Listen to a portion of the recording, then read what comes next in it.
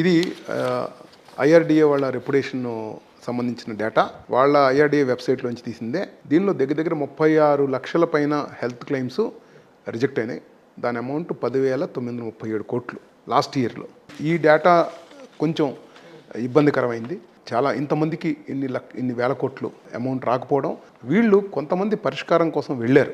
ఎంతమంది అంటే 31,000 మంది మాత్రమే వెళ్ళారు. వాళ్ళకు వచ్చిన పరిష్కారం 29,500 మందికి పరిష్కారం అయింది. వాళ్ళకి ఫైటింగ్ స్పిరిట్ ఉంది, వెళ్ళారు. అంటే చాలామందికి దీనికి ఎక్కడికి వెళ్ళాలి, ఎలా వెళ్ళాలి, ఏం డాక్యుమెంటేషన్ ఇవ్వాలి తెలియకపోవడం, అదొక పెద్ద కష్టమైంది వాళ్ళకి.